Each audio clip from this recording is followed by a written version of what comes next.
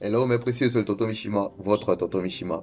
Aujourd'hui, on va aborder un sujet un peu triste quand même, hein, mais bon, qui est vrai. C'est une réalité qu'on ne peut pas ignorer. On va parler de mort, de disparition, on va parler de fin de voyage. D'accord? Relativement à l'actualité, c'est-à-dire avec le décès d'Arafat DJ, on va voir un peu quelles sont les leçons qu'il faut tirer de cela. C'est bon? Let's go. Alors, vous savez, on est venu sur cette terre-là. À un moment ou à un autre, il va falloir qu'on s'en aille. On aura beau gagner des milliards, on aura beau réaliser beaucoup de choses, à un moment ou à un autre, on va partir. Et très souvent, on vit dans les souciances en fait. On met de côté le fait que on peut mourir. C'est pour ça que tout le monde est choqué. Hein. Actuellement, tout le monde est choqué. Parce qu'on s'imaginait pas que ça allait arriver. Vous voyez, et nous, en tant qu'hommes, on ignore, j'ai dit bien ignorer, on ignore qu'on n'est pas venu pour être éternel sur cette terre. Et c'est pour ça qu'on fait ce qu'on veut. Si on disait à chacun, demain tu vas mourir, les comportements allaient changer. Mais comme on imagine qu'on va vivre jusqu'à 100 ans, 150 ans, alors on vit dans les souciances. Et quand la mort nous surprend, parce qu'il a le droit, enfin elle, la mort, elle a le droit de nous surprendre, on est choqué. On n'en revient pas. Écoutez, j'ai une nouvelle pour vous. Vous allez mourir. Il y a un moment de votre vie, vous allez arrêter de bouger. C'est tout. Et tout sera arrêté comme ça. Malheureusement, il n'y a pas de date pour ça. Ça peut être aujourd'hui même, ça peut être demain, ça peut être dans un an. Peu importe. Personne ne sait quand. Mais on est tous là et on attend. En attendant, tu fais quoi? C'est ça la problématique. En attendant ta mort, tu fais quoi?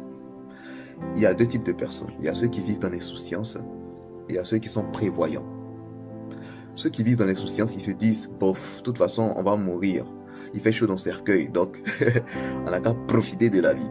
Et ils font toutes sortes de bêtises qui soit accélèrent leur mort ou bah, qui font du mal à d'autres personnes. Et ça, c'est le plus grave.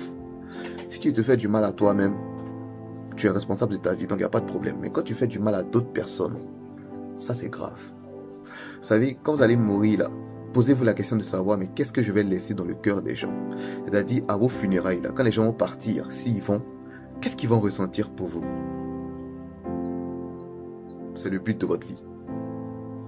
Ce que vous laissez dans le cœur des gens, c'est le but de votre vie. Vous savez, très souvent on est focus sur ce qu'on va gagner. Est-ce que j'ai réalisé? Est-ce que j'ai une maison? J'ai acheté des voitures? Quand vous allez mourir, tout ça va rester. Les gens vont se battre pour ça. D'accord? Donc finalement, vous vous battez pour pouvoir acquérir des biens qui vont servir à d'autres personnes. Vous voyez ce que je veux dire? La seule chose qui vous appartiendra, c'est le rapport que vous avez eu avec les gens. Quand les gens vont vous pleurer là, est-ce qu'ils vont vous pleurer parce que vous leur avez apporté quelque chose, vous allez leur manquer? J'en perds encore mon latin. Ou bien vous pleurez par hypocrisie. Ou bien vous même pas vous pleurez même. Vous voyez, la vie se mesure à l'impact qu'on a pu avoir sur les gens. Avant que vous ne redeveniez poussière là, posez-vous la question de savoir quel impact j'ai eu sur les gens. Parce que c'est ça qui compte. Tout le reste là, c'est de la vanité. Aujourd'hui, je peux avoir une grosse voiture et demain, je peux la perdre. Aujourd'hui, je peux avoir une grande maison, elle peut partir en fumée. Aujourd'hui, je peux avoir des milliards et me retrouver à zéro. C'est de la vanité. Ça ne change pas qui tu es. Tu restes un homme. Tu vois ce que je veux dire? Donc, si tu gonfles ton dos aujourd'hui parce que tu as beaucoup, quand demain tu n'auras rien là, tu vas faire quoi? Tu vas raser les murs. Par contre, si tu as pris le temps que Dieu t'a donné sur cette terre-là, pour pouvoir semer de la bonne graine dans le cœur des gens, même si tu te retrouves en bas, tu vas voir que tu ne seras pas pauvre. Ceux que tu as pu aider, ceux que tu as pu faire grandir là, ils ne vont pas t'abandonner. Par reconnaissance. Et même si c'est le cas, au moins tu as le cœur tranquille.